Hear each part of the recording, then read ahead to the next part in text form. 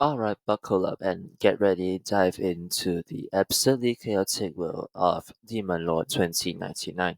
This show is like someone took a token novel, threw it into a blender with Blade Runner, and then decided to top it off with a sprinkle of pure madness. And let me tell you, the result is as chaotic as it sounds. Let's kick things off with the plot. Picture this, a neon-soaked Shinjuku in the year 2099. It's like Blade Runner had a wild night with a medieval fantasy RPG, and now we are dealing with their confused offspring. Our protagonist, Eto Velvet Veshivat, yes, that's his actual name, and no, I'm not making it up.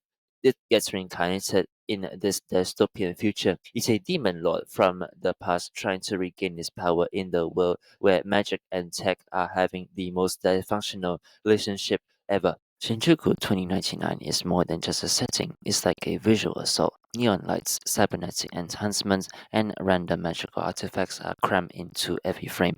It's like the animators discovered neon colors and decided to use them all at once. Sometimes it works, but other times it feels like staring directly into a rave while riding a roller coaster. The setting itself is the character constantly bombarding you with a sensory overload that leaves you both mesmerized and slightly disoriented. The city's chaotic blend of futuristic technology and ancient magic creates an atmosphere that is both captivating and bewildering. Now let's talk about Veltor Velvet Velsavat.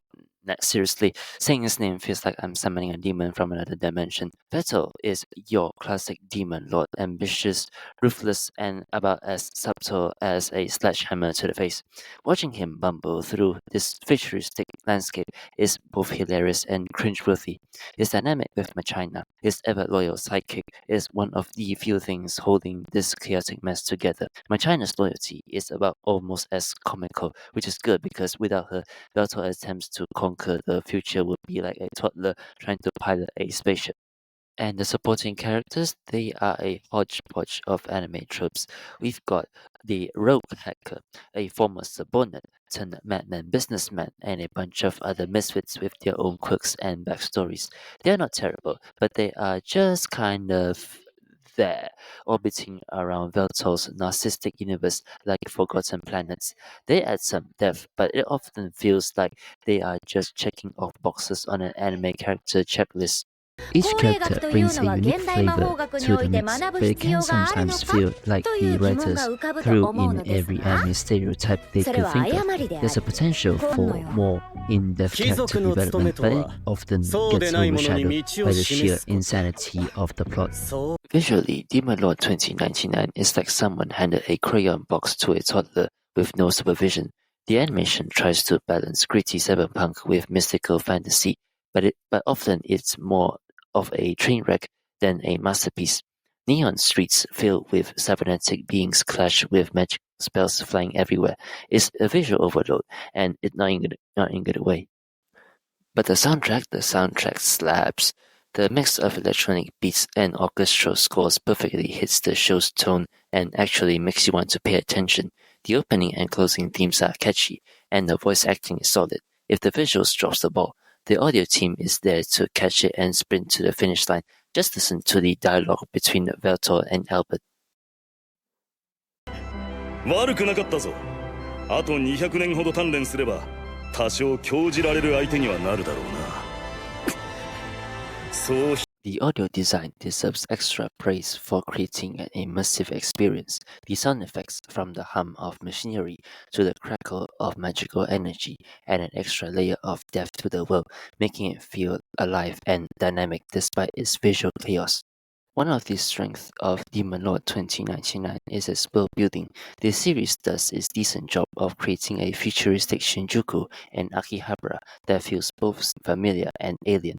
The integration of magic into this high-tech society is mostly well done, providing a backdrop that is intriguing but also chaotic.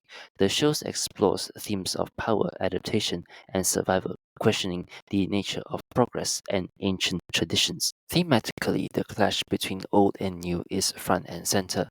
Veltor's struggle to adapt to the modern world is a metaphor for the stubbornness of old traditions against relentless change. The ethical implications of merging magic with cybernetics are touched upon, though not always deeply explored. Should we really be combining magic with technology? The show's answer is a resounding probably not. Amidst all the intense battles and dramatic twists, Demon Lord 2099 manages to sprinkle in some humor.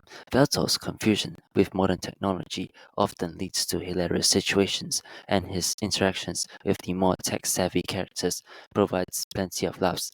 These light-hearted moments serves to break up the tension and add a sense of fun to the series.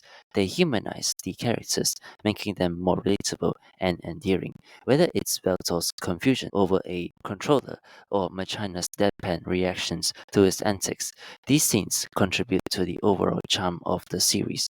Overseas anime is perfect for those tired of conventional storytelling and craving something different. It offers a fresh perspective on the Demon Lord trope, presenting it through the lens of a futuristic, technologically advanced society.